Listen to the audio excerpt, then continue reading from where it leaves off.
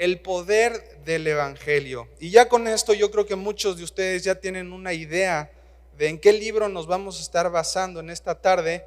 Les voy a pedir que me acompañen ahí con sus Biblias en la carta del apóstol Pablo a la iglesia que estaba en Roma.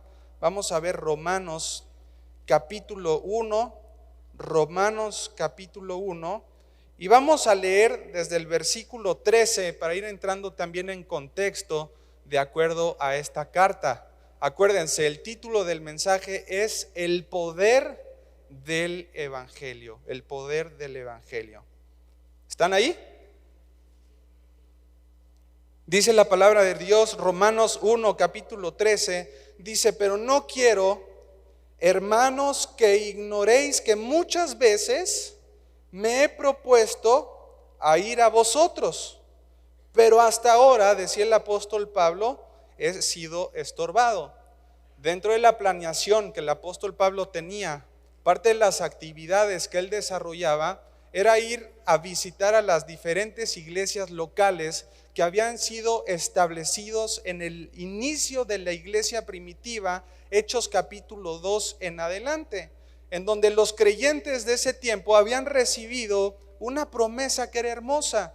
Dice Hechos capítulo 1 versículo 8: y recibiréis poder cuando haya venido sobre vosotros el Espíritu Santo. E inmediatamente les dice: y me seréis testigos en Jerusalén, en toda Judea, en Samaria y hasta lo último de la tierra. Hechos capítulo 2, desciende el Espíritu Santo. Los cristianos se van a 3 continentes del mundo distintos: al europeo, al africano y al asiático, a predicar el evangelio de Cristo. Dentro de esta predicación, muchos murieron como mártires.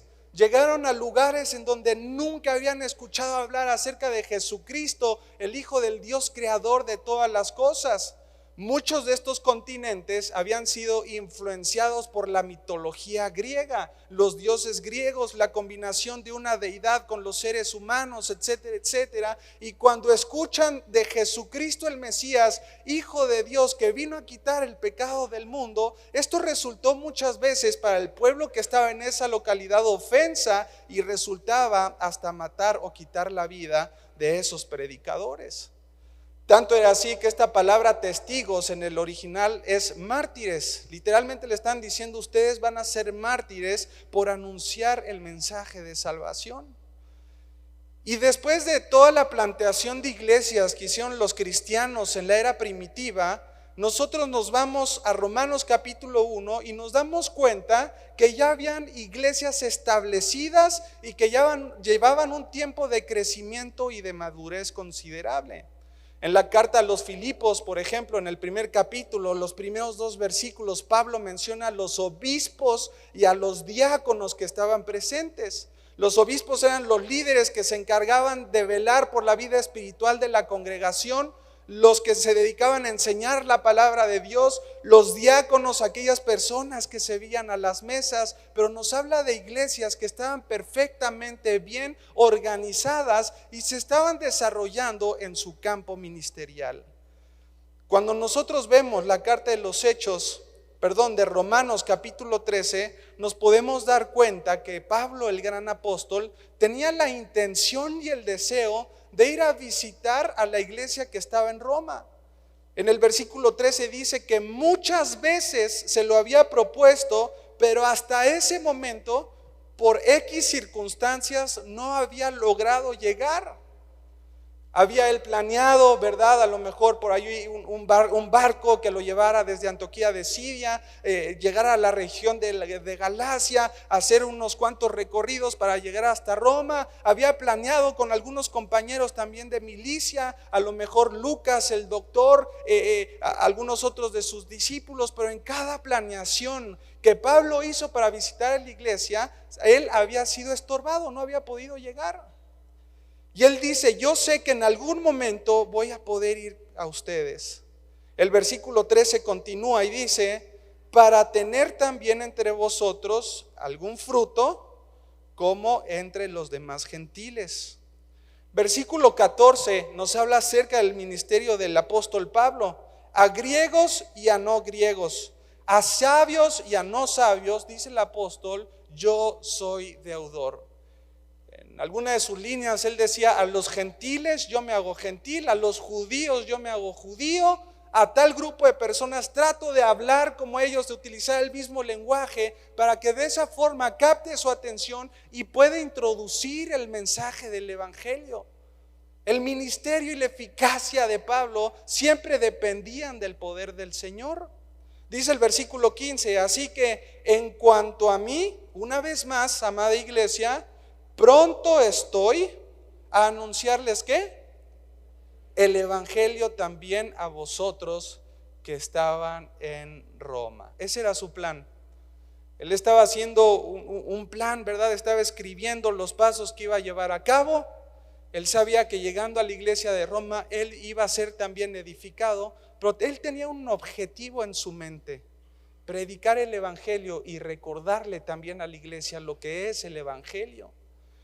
¿Cuántos de ustedes han estudiado la carta de Pablo a la iglesia de Roma? A ver, levanten la mano. ¿Cuántos han leído Romanos por lo menos una vez?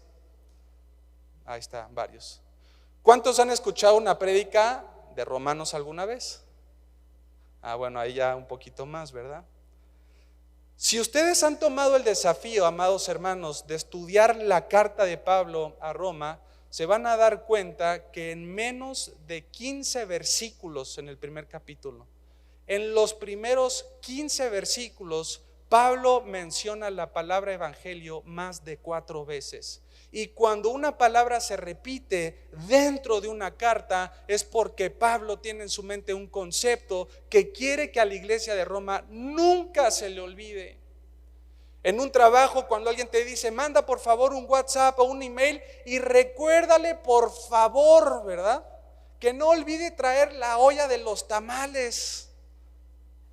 Hola señorita Silvia, qué gusto saludarle, de esto y el otro, acuérdese que el viernes tenemos, y en negritas, ¿verdad?, y subrayado: por favor te pido encarecidamente, no te olvides de la olla de tamales, ¿verdad?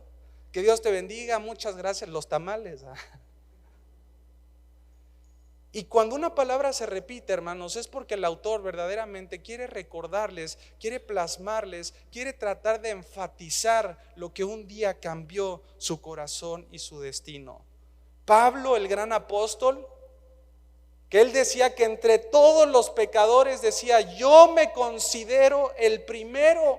Pablo, el gran ofensor del nombre de Cristo, asesino de cristianos, una persona que hablaba blasfemias en contra de Dios, creador de todas las gracias, de todas las glorias, y la gracia, el poder y la autoridad. Pablo hablaba en contra de él, pero un día iba camino a Damasco. Ustedes conocen la historia.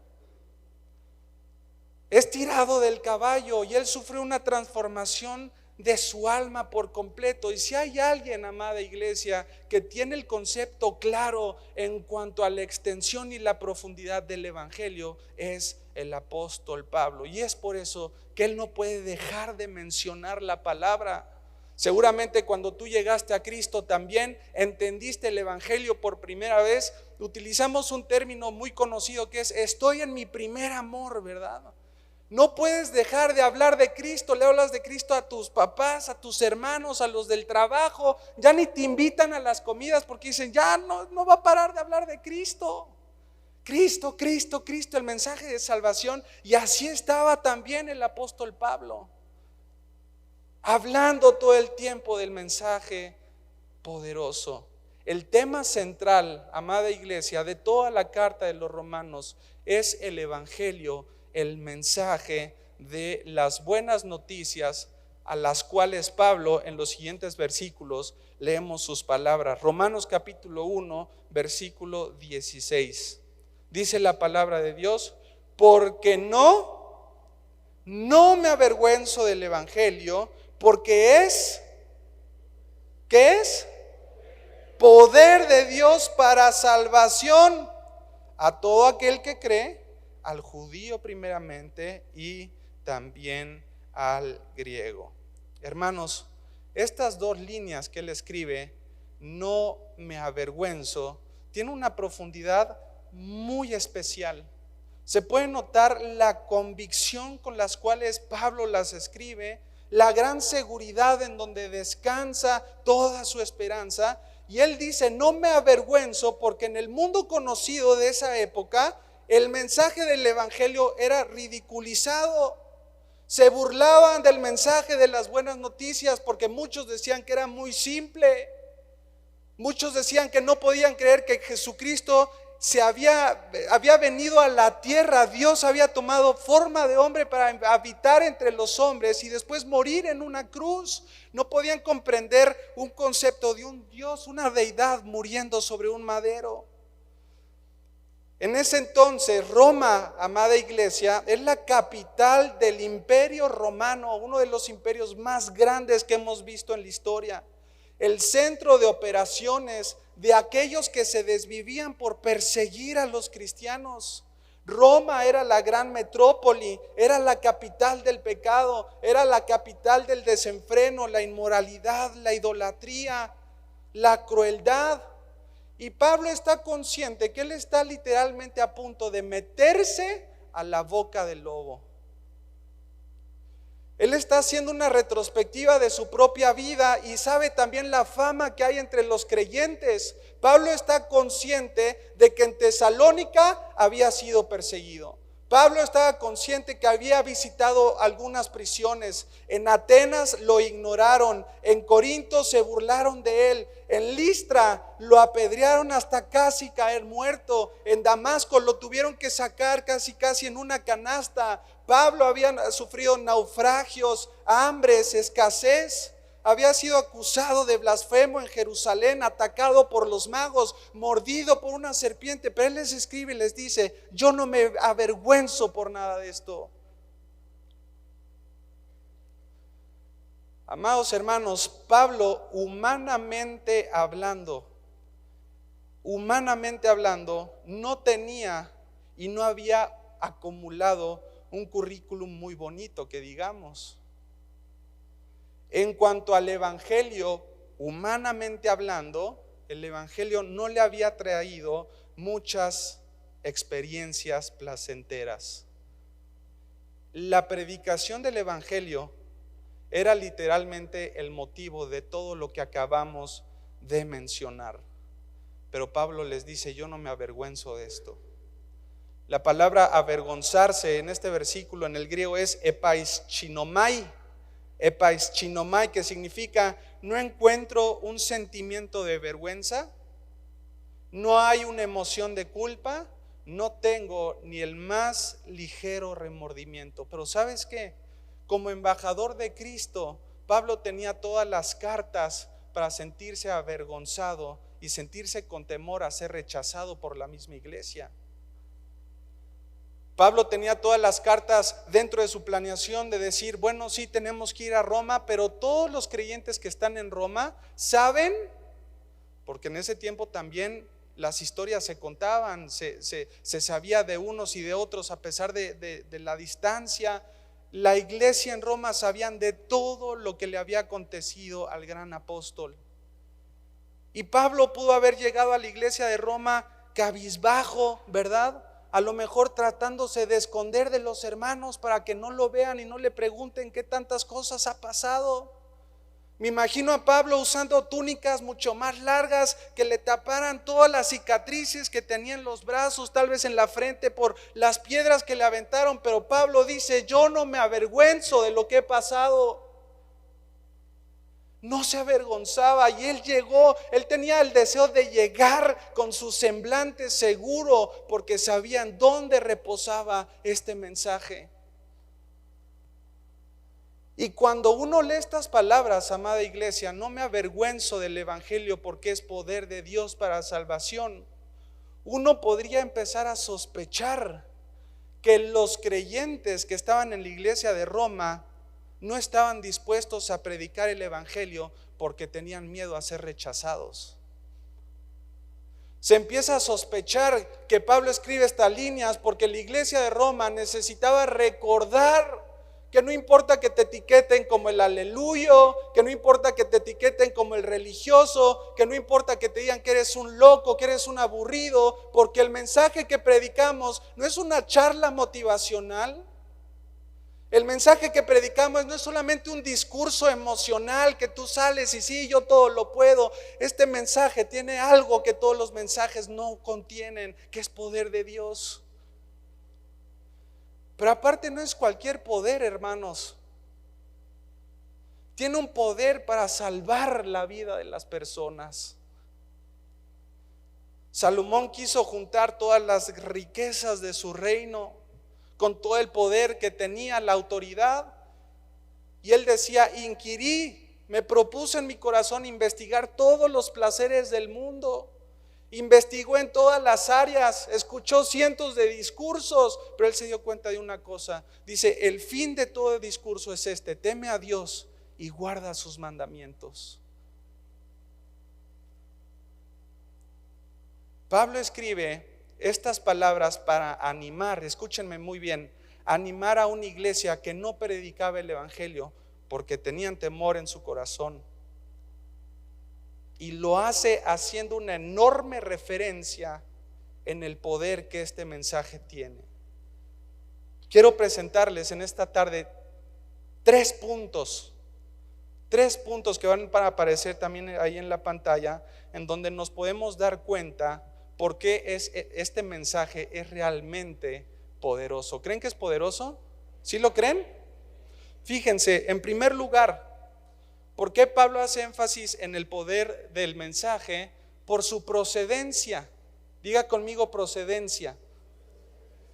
Esto quiere decir que el mensaje que se estaba predicando no había nacido en el entendimiento o en la mente de un hombre limitado en todos los sentidos.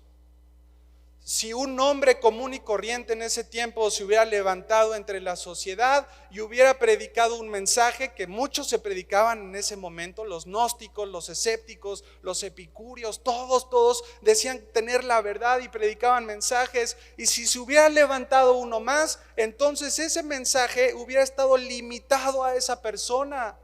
Todo ser humano está limitado a las dimensiones del mundo, en espacio, en tiempo. Si yo estoy aquí en la iglesia, no puedo estar al mismo tiempo en China, no puedo estar al mismo tiempo en África, y por lo tanto estoy incapacitado de dar una verdad absoluta. Para poder dar una verdad absoluta necesitaría ser en primer lugar omnipresente. Cuando hablamos de su procedencia, hermanos, este mensaje viene del Dios creador de todas las cosas. Es un Dios todopoderoso. Esa es su procedencia, viene de Dios todopoderoso. La escritura lo manifiesta. Vean lo que dice el Evangelio de Marcos. Vamos rápidamente. Marcos capítulo 10, versículo 27. Marcos capítulo 10, versículo 27.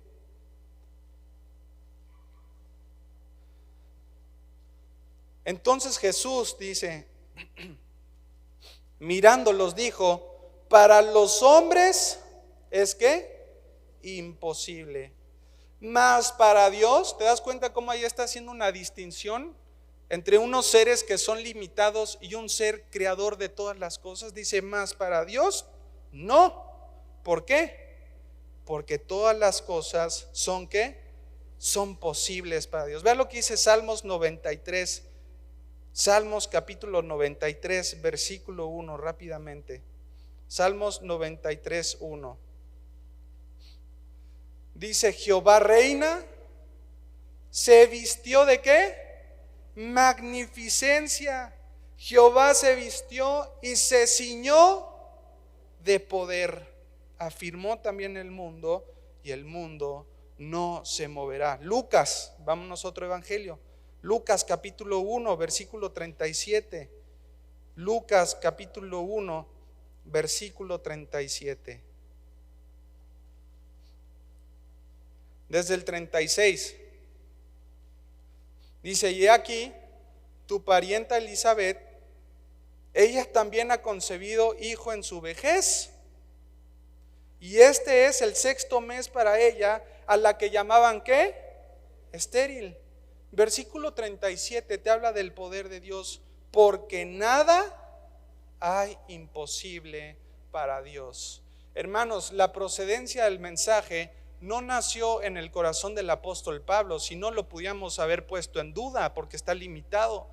El mensaje no nació en uno de los apóstoles, en Marcos, en Lucas, en Juan. La procedencia del mensaje es del Dios Todopoderoso, aquel que le dio la libertad al pueblo hebreo estando 600 años bajo esclavitud, aquel que dio el maná del cielo, aquel que abrió el mar de par en par, el que iba con una columna de fuego y una nube durante el día. Aquel que es todopoderoso fue el que entregó el mensaje de salvación, y de ahí reside su poder. La escritura lo manifiesta y su nombre también lo manifiesta. En el Antiguo Testamento a Dios, te digo cómo lo conocían, como el Shaddai. El Shaddai, digan conmigo Shaddai. Vámonos a Génesis rápidamente, capítulo 17, versículo 1. Génesis 17, versículo 1. Era Abraham de edad de 99 años cuando le apareció Jehová y le dijo: yo soy el Dios que todopoderoso, anda delante de mí y sé perfecto. Vámonos ahora a Job. Job capítulo 5, versículo 17. El Shaddai, Job 5, 17.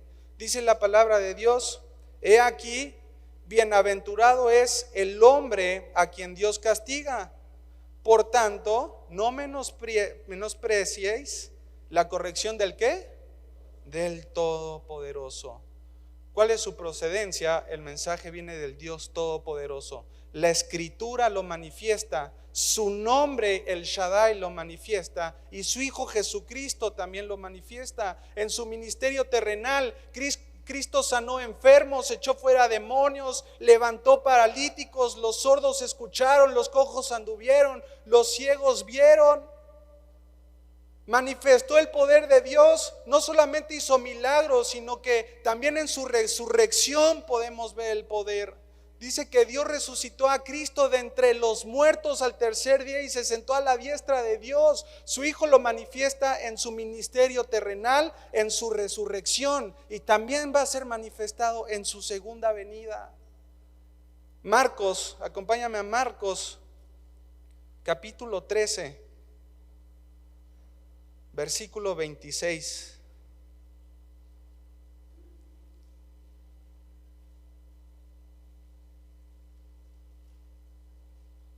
¿Está ahí? Marcos capítulo 13, versículo 26. Dice: entonces verán ¿a quién? Al Hijo del Hombre, es decir, a Jesucristo, que vendrá en las nubes con gran ¿qué? Poder y gloria. Segunda de Tesalonicenses, rápidamente. Segunda de Tesalonicenses capítulo 1, versículos 9 y 10. Segunda de Tesalonicenses 1, 9 y 10. Dice la palabra de Dios: los cuales sufrirán pena de eterna perdición, excluidos de la presencia del Señor y de la gloria de su poder, cuando venga en aquel día para ser glorificado en sus santos y ser admirado en todos los que ¿qué? Los que creyeron, por cuanto nuestro testimonio ha sido creído ¿qué? Entre nosotros. ¿Cuál es su procedencia? Viene el mensaje de salvación que tiene poder, viene del Dios Todopoderoso, la escritura lo manifiesta, su nombre lo manifiesta, su Hijo lo manifiesta. En segundo lugar, hermanos, ¿por qué este mensaje tiene poder? Vamos a ver el punto número 2. Punto número 2 dice ahí en las pantallas. En primer lugar vimos su procedencia y en segundo lugar vemos su ¿qué? Su resultado. El mensaje tiene poder porque viene de un Dios todopoderoso. En segundo lugar, podemos ver que es un mensaje que tiene poder por los resultados o el producto que puede puede dar en la vida de un creyente. Literalmente, hermanos, dice Romanos 1:16, es poder de Dios para salvación. Y no te está hablando de una salvación económica, ¿verdad? Que a lo mejor tú esperas, ¿no? Que, ojalá un ángel baje y me libre de todas mis deudas, ¿no? Que pague mi casita, y porque puede estar turbando tu corazón. Que venga y ¿verdad? La casa, el coche, lo que debo del auto, las colegiaturas de mis hijos. Uno puede estar liberado también de ciertos ambientes que tienen a lo mejor en tu casa, ¿no? Problemas maritales, a punto de estar en el divorcio. Te encantaría que bajara un ángel, ¿verdad? Y te librara. O uno quiere ser librado del calor de Querétaro, ¿no? Cuando hacía tanto calor. Ay, Padre, sería bien lindo, ¿no? Que nos libraras. Manda el invierno, ¿no? Hermanos, el resultado del mensaje predicado, ¿saben cuál es? La salvación de un alma por la eternidad. No sé si te has parado un momento a pensar esto: ser librados literalmente de la condenación eterna. Es un nuevo nacimiento espiritual, la construcción de un alma que estaba destruida, un alma que estaba totalmente rota, perdida, sin propósito, un alma que estaba vacía, que trataste de llenar muchas veces con personas, con alcohol, con drogas, con trabajo, pero que solamente el poder del evangelio pudo llenar, pero aparte te pudo dar una salvación que es eterna.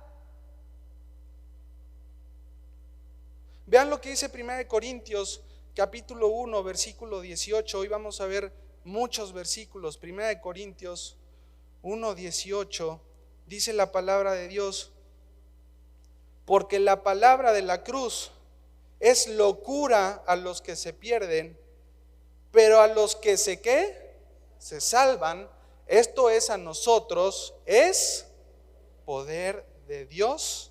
¿Para qué? Para salvación. ¿Te das cuenta cuál es el resultado? La salvación.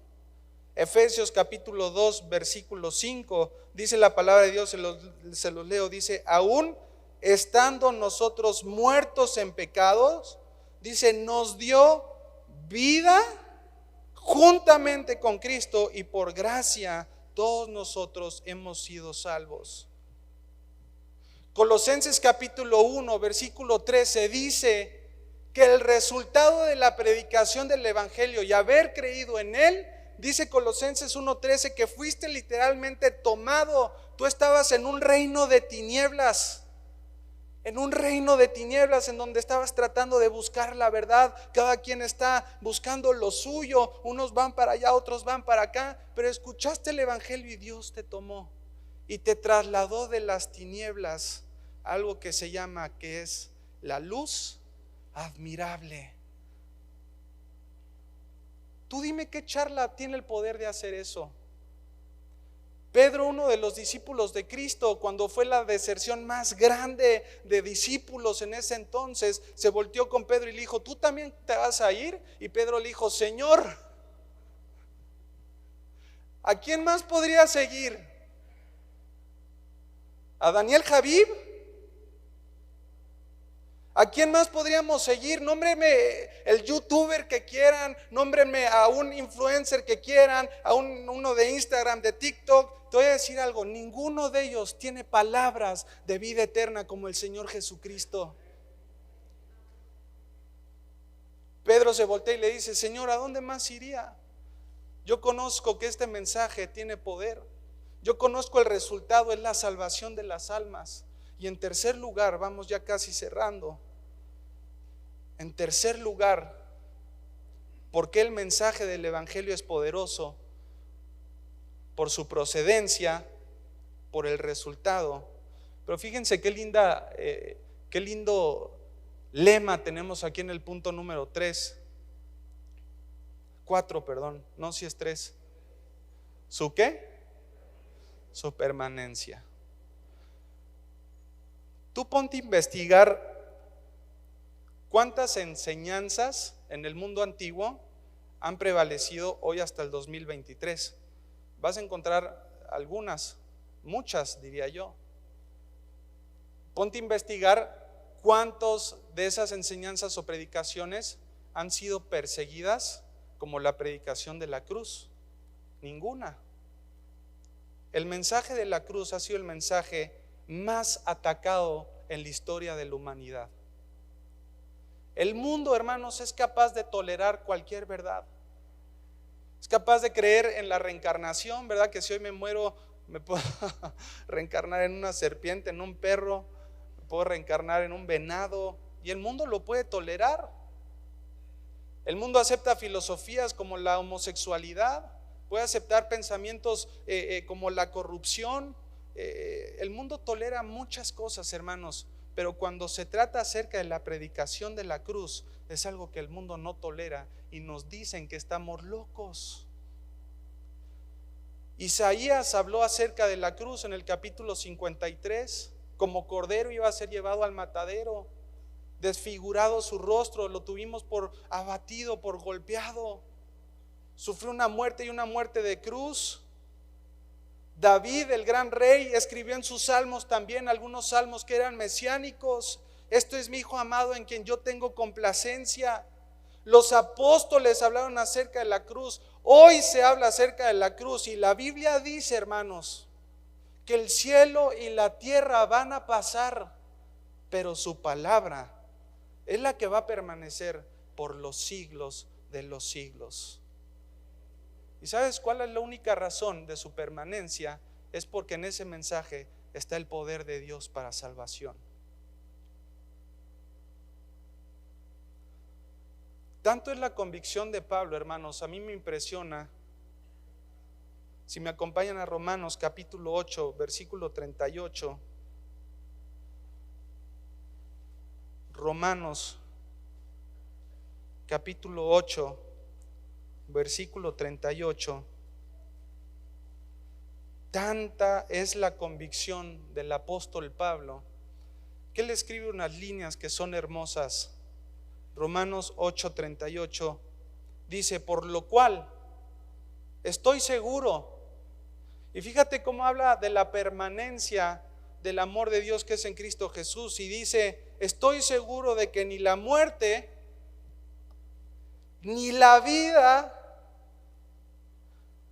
vete un poquito más a cosas un tanto espirituales poderosas, ni los ángeles, ni principados, ni potestades, ni lo que dice, ni lo presente. Mira cómo habla de la permanencia, ni lo porvenir. ¿Te das cuenta cómo se ha guardado este mensaje? Ni lo alto, ni la vida, ni la muerte, ni ángeles, ni principados, ni lo porvenir, ni lo presente, ni lo porvenir, ni lo alto, ni lo profundo, ni ninguna otra cosa creada te puede separar del amor de Dios que es en Cristo Jesús. ¿Por qué el mensaje del Evangelio es poderoso? Por su permanencia. No va a haber otra frase, no va a haber otro discurso que dure por los siglos de los siglos, más que el discurso del amor de Dios expresado en la cruz de su Hijo Jesucristo. El cielo y la tierra pasarán. Un día todo lo que sea movible se va a terminar, pero ustedes han recibido un reino que es inconmovible. ¿Y sabes qué es lo más hermoso de todo esto? Voy ya cerrando con el último punto. Lo más hermoso de todo esto es su operación. Así le vamos a poner. Su operación. Este es como un pequeño paréntesis. ¿Sabes a quién eligió Dios para llevar este mensaje de salvación que es poderoso? ¿A quién? A ver, levanten todos su mano derecha y háganme yo. A ver, díganme, a mí. ¿A ti? Fíjate que él pudo haber limitado el grupo de personas, pudo haberle dado la tarea a los pastores solamente. Gracias a Dios, no solamente nos los dejó a nosotros. Pudo haber dicho solamente los pastores y diáconos. Pudo haber limitado más el grupo y pudo haber dicho solo los que tienen el don del evangelio. Es más, Dios en su voluntad nos pudo haber sacado de la jugada y pudo haber dicho: yo no quiero que mis hijos, que todo el tiempo están pecando, hacen lo malo, me desafían, después se arrepienten, ¿para qué me desgasto? Le voy a pedir a mis ángeles, los que no se fueron con Lucifer, que ellos están alrededor de mí, que ellos sean los encargados de predicar el evangelio, pero no. Dios en su eterna sabiduría te escogió a ti, amada iglesia, de predicar el mensaje de la salvación. Es a través de sus hijos la gran comisión: id por todo el mundo,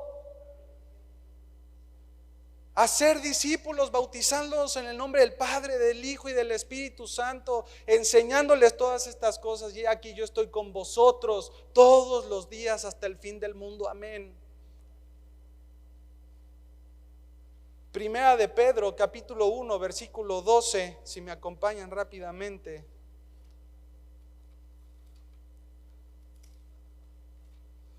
Primera de Pedro, capítulo 1, versículo 12. Vean lo que dice: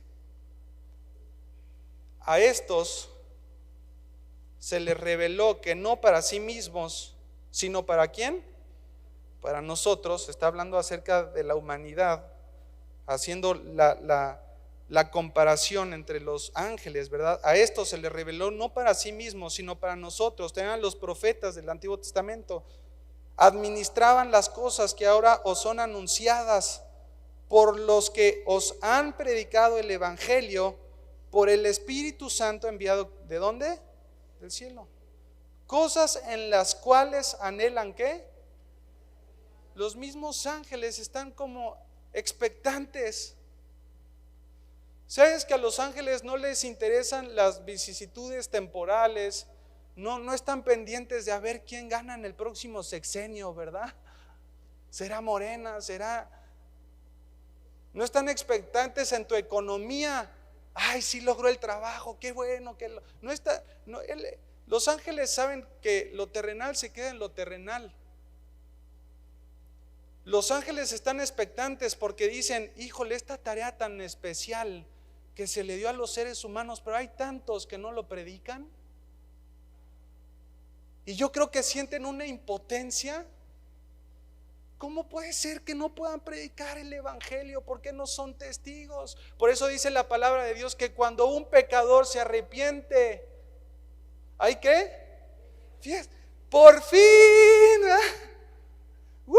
se juntan, alaban al Señor, aleluya, gloria a Dios en las alturas por un pecador que se arrepiente, porque es lo único que tiene una permanencia eterna. Le has estado poniendo esfuerzo, ojo, no estoy diciendo que está mal, pero te has estado desgastando más por ámbitos terrenales que por los ámbitos celestiales. Quiero que pongamos atención en una última ilustración que vamos a hacer y ahorita terminamos.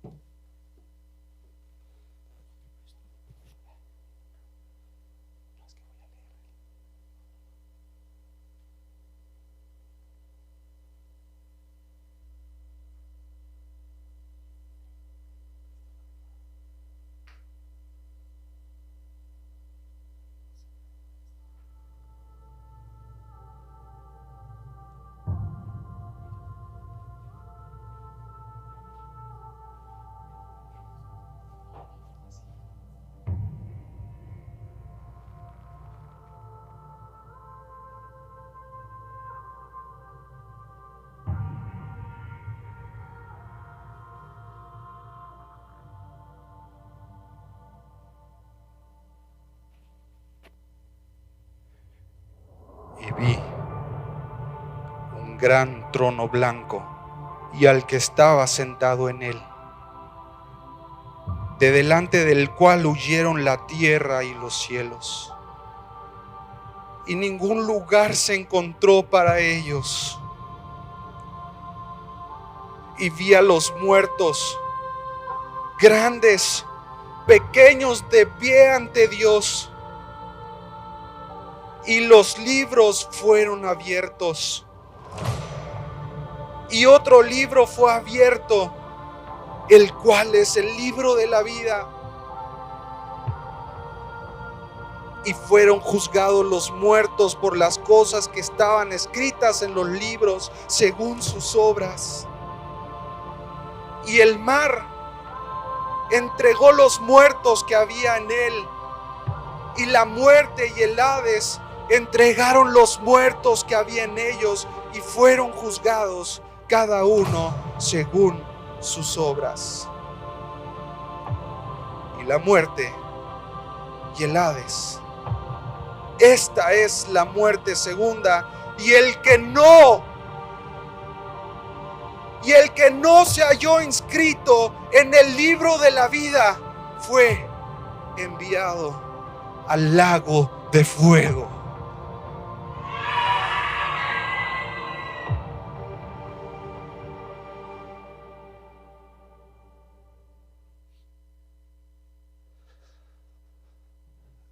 Amados hermanos, es una muy pequeña ilustración, muy pequeñita. No sé si vieron los avisos, ¿verdad? Que decía familia, decían amigos, decían padres, primos, vecinos. Y sabes que este va a ser un evento que va a suceder, el juicio del gran trono blanco. Y va a estar la fila, y a lo mejor tú que ya pusiste tu fe y confianza en Cristo, vas a estar de espectador en esta escena, y de repente vas a ver en esa fila a personas que aprecias, vas a ver a familia, vas a ver a gente que tú amas. Y en ese momento, iglesia, van a sentir la urgencia desesperada de ir corriendo y rogarle a Dios misericordia. Dios, por favor no, es mi mamá, es mi papá, ten misericordia. Pero hermanos, va a ser muy tarde. Va a ser muy tarde. El momento de predicar el evangelio de salvación, ¿sabes cuándo es? Hoy. Es ahora. Hay algo que no vas a poder hacer en el cielo, y es evangelizar. Toda la humillación, con esto cierro, que has pasado o podrías pasar por predicar el mensaje del evangelio, no se compara con la posible oportunidad de que uno de los tuyos pase de muerte a vida eterna. Vean lo que dice 2 de Timoteo. Vamos a leerlo juntos ya para terminar. Gracias, chicos. Se quedaron ahí. Vean lo que dice 2 de Timoteo, capítulo 1, versículos del 7 al 9. Dice: porque no te ha dado Dios sino ¿de qué? ¿De qué? De poder, de amor y de dominio propio. Pero espérense, el versículo continúa, versículo 8. Por lo tanto, amada iglesia, es lo que Dios les está diciendo a cada uno de ustedes. Toma un mensaje de parte de Dios para tu vida. Te dice: por lo tanto, no te avergüences de dar testimonio de nuestro Señor. Le dice Pablo: ni de mí preso suyo, sino participa de las aflicciones por el evangelio según el poder de Dios, quien nos llamó y llamó con llamamiento santo, no conforme a nuestras obras, sino según el propósito suyo y la gracia que nos fue dada en Cristo Jesús antes de los tiempos de los siglos. ¿Vas a sufrir aflicciones? Sí. ¿Te van a dejar de invitar a las comidas? Sí. ¿Te van a dar una ofensa? Sí. ¿Te van a etiquetar como el religioso? Sí. ¿Te van a etiquetar como el aburrido, como el fanático? Pero hermanos, no nos avergoncemos, porque puede resultar en la salvación de un alma. Vamos a cerrar nuestros ojos ahí desde su lugar y de una manera bien sincera, ¿verdad? Cada uno de ustedes. Quiero que se pongan a pensar a cuántas personas conoces que amas, ¿verdad? Con todo el corazón. A lo mejor son tus hijos, a lo mejor son familiares, pueden ser tus hermanos. Y tú podrías decir, ya le he predicado del mensaje de salvación y no quieren escuchar, me ofenden, me cierran las puertas. Vamos a pedirle a Dios, dile: Dios, te ruego, Padre, que ese espíritu de poder que tú nos has dado actúe en consecuencia, Señor. No vamos a dejar de hablar del Evangelio. No voy a dejar de hablar de Cristo, porque es poder de Dios, es poder tuyo, Padre, para salvación, Dios. Señor, te pedimos en esta tarde que como iglesia nos desafíes a llevar este mensaje, que nunca me avergüence al del supermercado, Señor, al viene, Padre, a los de mi trabajo, Señor, a mi jefe, a mis empleados, Dios, a toda persona que se me cruce. Jamás me voy a avergonzar, porque puede resultar en la salvación de un alma por la eternidad, Padre. Y si hay alguien aquí, amados hermanos, que nunca has tomado una decisión por el Evangelio de Cristo, hoy quiero decirte que has entendido una verdad absoluta. No hay poder que se asemeje al poder de Dios. Las filosofías podrían ser atrayentes para tu vida, sí, otras religiones sí también, pero ninguna de ellas tiene el poder para salvarte de la condenación eterna. Y si hoy quieres rendir tu vida al Señor Jesucristo, desde lo más profundo de tu corazón, quiero que le digas a Dios estas palabras. Dile: Dios, hoy he entendido, Padre, que soy pecador, que soy pecadora. Dios, hoy he entendido que tú eres santo y que mi pecado me separa de ti. Pero hoy también, Dios, he escuchado la buena noticia. Tú has enviado al Señor Jesucristo, a tu Hijo, a morir en una cruz por mis pecados. Y dile desde tu lugar: Dios, yo creo que Él vino a la tierra, fue crucificado, murió, pero que al tercer día resucitó y se sentó a tu diestra. Me arrepiento y te pido que me limpies. Te acepto como mi Salvador. Y así, con los ojos cerrados, nadie está viendo, si tú hiciste esta segunda oración, ¿podría levantar tu mano rápidamente ahí desde tu lugar? Amén, gracias a Dios, amén, amén, gloria a Dios. ¿Habrá alguien más que haya tomado decisión hoy por Cristo? Levanta tu mano ahí desde tu lugar, sin pena, sin vergüenza, nadie está viendo. Queremos orar por ti. ¿Habrá alguien más? Amén, aleluya. Señor, gracias te damos, Padre, por esta hermosa mañana. Gracias por tu bondad. Te alabamos, Señor, que podamos ser hacedores en el nombre de Cristo Jesús. Amén y amén. Dios los bendiga, hermanos. Muchas gracias.